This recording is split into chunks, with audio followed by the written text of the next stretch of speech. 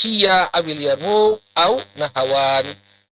Di sisi yang lain, para ulama berbicara panjang lebar, berpuluh-puluh halaman mereka tulis ketika mereka berbicara tentang perang Qadisiyah, tentang perang Yarmouk atau perang Nahawan. Ini satu poin yang cukup menarik ya. Ternyata banyak pertempuran atau ada ya pertempuran yang sesungguhnya sedemikian dahsyat, demikian hebat, namun tidaklah banyak terungkap, tidaklah banyak diungkap oleh para sejarawan Islam. Kemudian kata beliau, setelah ditaklukkannya benteng Nakius, ya, pasukan kaum muslimin berpaling kepada sebuah benteng yang disebut sebagai benteng Karyun. Ya, benteng Karyun. Kata beliau, wa min hadhil ma'arik al-kubra allati la tashfi fiha ya masadiruna al-arabiyyah walilan ma'rakah Karyun. Dan di antara pertempuran besar ini yang tidak diangkat oleh para sejarawan Islam, yang jarang diangkat dalam sumber-sumber sejarah Arab, dia mengibaratkannya tidak menghilangkan rasa haus tentang keingintahuan, tidak menghilangkan rasa haus keingintahuan tentang detailnya, karena tidak tersedia. Ada disebutkan peperangannya, tapi detailnya kita nggak tahu. Ini satu hal yang sangat disayangkan. Dan di antara perang besar yang sangat sedikit sekali diangkat oleh para sejarawan adalah perang Karyun. Ya. Wahya akhiru tilkal silsilati minal husunil lati tamtaddu baina Babilon wal Iskandariyah. Perang Karyun atau benteng Karyun ini adalah benteng yang terakhir dari rentetan benteng-benteng pertahanan Romawi yang tersebar mulai dari Babilonia sampai Iskandaria. Jadi banyak sekali benteng-benteng mereka. Nah, benteng terakhir sebelum menuju Iskandaria adalah benteng Karyun. Bahkan secara geografis, Iskandaria itu tidak bisa diserang kecuali dari benteng Karyun. Kenapa? Karena di sisi timurnya ada sungai Nil, di sisi baratnya ada danau, ya. Kemudian di bagian utaranya Laut Mediterania, Laut Tengah. Aha, ya. Jadi nggak bisa dikuasai. Aksesnya cuma satu, Karyun ini saja. Hanya satu ini saja. Makanya harusnya penjelasan tentang benteng Karyun ini ya seperti ya Qadisiyah, seperti Yarmouk, tapi jangan dibahas. Nah, waqad tahassana biha Theodor qaidul jaish ar-Rumi. Dan di benteng Karyun inilah panglima besar Romawi yang bernama Theodor, dia berlindung di benteng ini. Nah, benteng ini adalah benteng terakhir dan satu-satunya akses untuk menyerang kota Iskandaria. Wa dhara qitalun syadidun istamarra bid'ata asyara yauman. Maka berlangsunglah peperangan yang demikian dahsyat ya sampai berlangsung selama belasan hari. Perang besar ini, perang besar. Ada Theodor di sana, seorang panglima Romawi yang sangat masyhur. Jarang diangkat dalam sejarah, dalam buku-buku sejarah. Ini saya disayangkan oleh beliau, ya. Lam yadfar min ibni Abdil Hakam, ya, siwa bihadhil kalimah. Yang sayangnya ada sejarawan yang terkenal, ya, namanya Ibnu Abdil Hakam, ya, Ibnu Abdil Hakam. Beliau sejarawan yang masyhur, tapi tidaklah beliau mengangkat peperangan ini kecuali hanya dengan kalimat ringkas. Tumaltaqo bikaryun faqtatalu biha bid'ata asyara yauman wa kana Abdullah bin Amr ya alal muqaddimah wa hamilul liwa yauma idin Wardan maula Umar wa shalla maula Amr wa shalla Amr yauma idin salatal khauf thumma fataha Allahu lil muslimin wa qatala minhum al-muslimun maqtalatan azimah wattaba'uhum hatta balagul Iskandariyah. Selesai.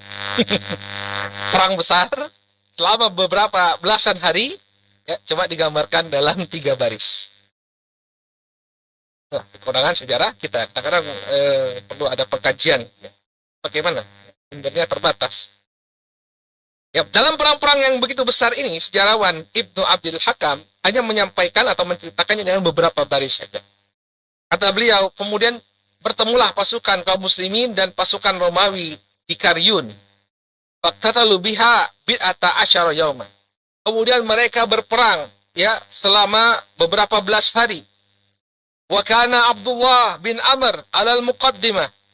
Dan ketika itu yang berada di baris terdepan adalah Abdullah bin Amr bin Al-As. Anak dari Amr bin Al-As.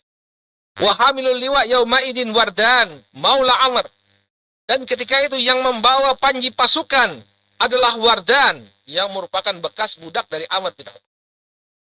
Wa shalla Amrun yaumaidin salatal khauf.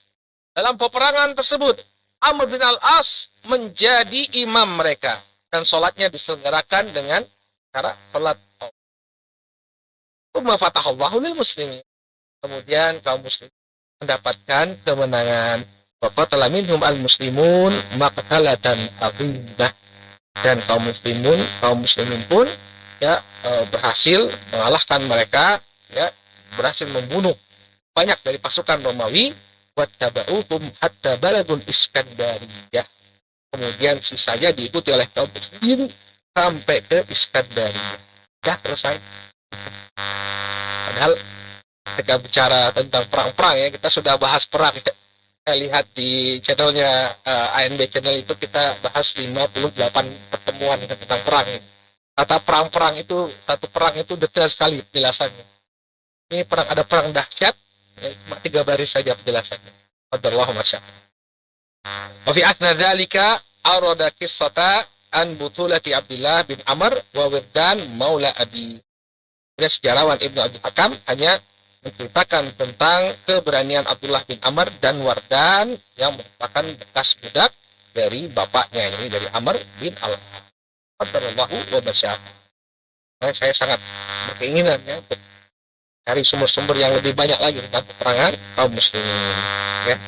Dan si Ali Shalabi ini hafizahullah wa jazahullahu khairan memang betul-betul menggali khazanah sejarah kaum muslimin ya.